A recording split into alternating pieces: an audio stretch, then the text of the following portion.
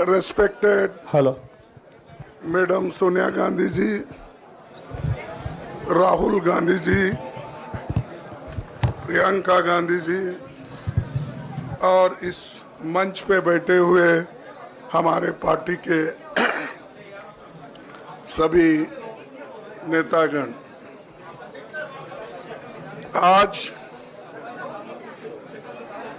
जो देश में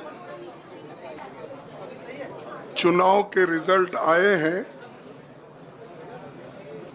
ये मैं तो पहले कहूंगा, ये जो रिजल्ट है जनता की रिजल्ट है और ये जनता की जीत है और लोकतंत्र की जीत है। हम पहले से यही कह रहे थे कि ये लड़ाई हमारी मोदी वर्सेस जनता है, लोग हैं। तो 18वीं लोकसभा के चुनाव में हम विनम्रता से जनमत को स्वीकार करते हैं। इस बार जनता ने किसी एक दल को पूर्ण बहुमत नहीं दिया, खासकर सत्ताधारी दल भाजपा ने एक व्यक्ति एक चेहरे के नाम पर वोट मांगा। अब ये स्पष्ट हो गया है कि ये मैंडेट मोदी जी के खिलाफ गया है। ये उनकी राजनीतिक और नैतिक हार है।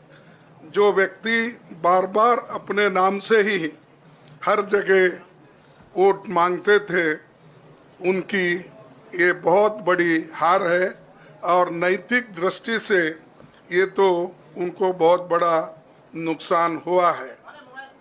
आप जानते हैं कि कांग्रेस पार्टी और हमारे इंडिया गठबंधन से बहुत प्रतिकूल माहौल में चुनाव लड़ा। सरकारी मशीनरी ने कदम कदम पर अवरोध डाला, बैंक खाते सीज करने से लेकर तमाम नेताओं के खिलाफ अभियान चलाया। फिर भी शुरू से आखिर तक कांग्रेस पार्टी का कैंपेन सकारात्मक था, पॉजिटिव था। हमने महंगाई, बेरोजगारी, किसानों और मजदूरों की बदहाली और संविधान संस्थाओं का दुरुपयोग जैसे विषयों को केंद्रीय मुद्दा बनाकर हम जनता के सामने गए थे। इन मुद्दों पर बड़ी संख्या में लोग हमसे जुड़े, हमारा समर्थन किया। प्रधानमंत्री ने जिस तरह का कैंपेन किया वो इतिहास में लंबे समय तक याद रखा जाएगा। कांग्रेस के घोषणा पत्र के बारे में मोदी जी ने जो झूठ फैलाया, जनता ने उसे समझ लिया। मैं इस मौके पर कहना चाहूँगा कि श्री राहुल गांधी जी की दोनों यात्राएं, भारत जोड़ो यात्रा और भारत जोड़ो न्याय यात्रा के दौरान लाखों करोड़ों लोगों को मिलना, लोगों की समस्याओं को सुनना और आगे चलकर उन समस्याओं का हल ढूंढना हमारे कैंपेन का आधार बना।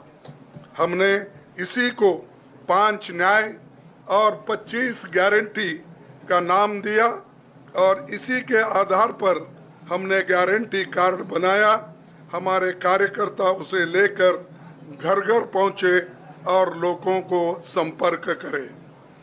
इसके अलावा जो एक महत्वपूर्ण बात है वो भाजपा नेतृत्व की अहंकार की वजह से हुई।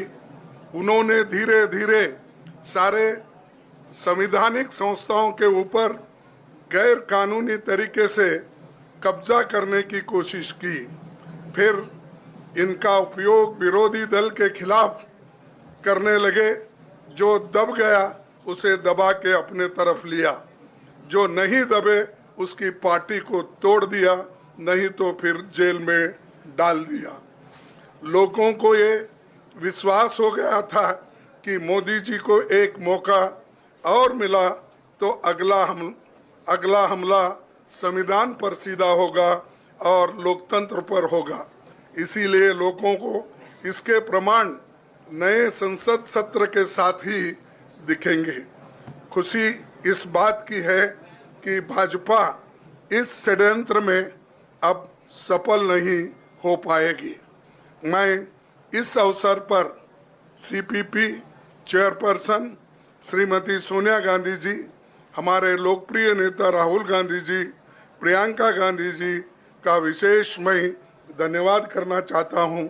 और इन्होंने दिन रात बराबरी से पूरे देश में कैंपेन किया और हमें एक मजबूत स्थिति में पहुंचाने के लिए भारी मदद इन्होंने की।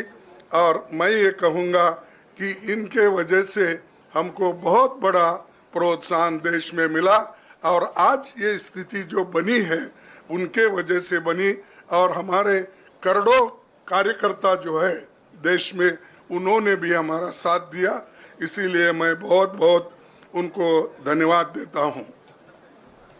आखिर मैं इंडिया गठबंधन के अपने सभी साथियों और शुभचिंतकों का धन्यवाद करता हूं। सभी एक साथ मिलकर एक स्वर में रहे, सभी ने मिलकर प्रचार किया और एक दूसरे की मदद की। हमारे हजारों लाखों कार्यकर्ताओं ने अच्छे तालमेल के साथ काम किया। आप सभी का धन्यवाद। अभी हमारी लड़ाई अंजाम तक नहीं पहुंची है। हम सबको आने वाले दिनों में इसी तरह लोगों के अधिकारों के लिए, संविधान की रक्षा के लिए, लोकतंत्र के बचाव के लिए, देश की तरक्की के लिए, सीमाओं पर सुरक्षा के लिए लड़ते रहना चाहेंगे। हमें सुनिश्चित करना होगा कि संसद सुचारू रूप से चले, विपक्ष के मुद्दों को प्राथमिकता मिले, संसद में उन पर बहस हो।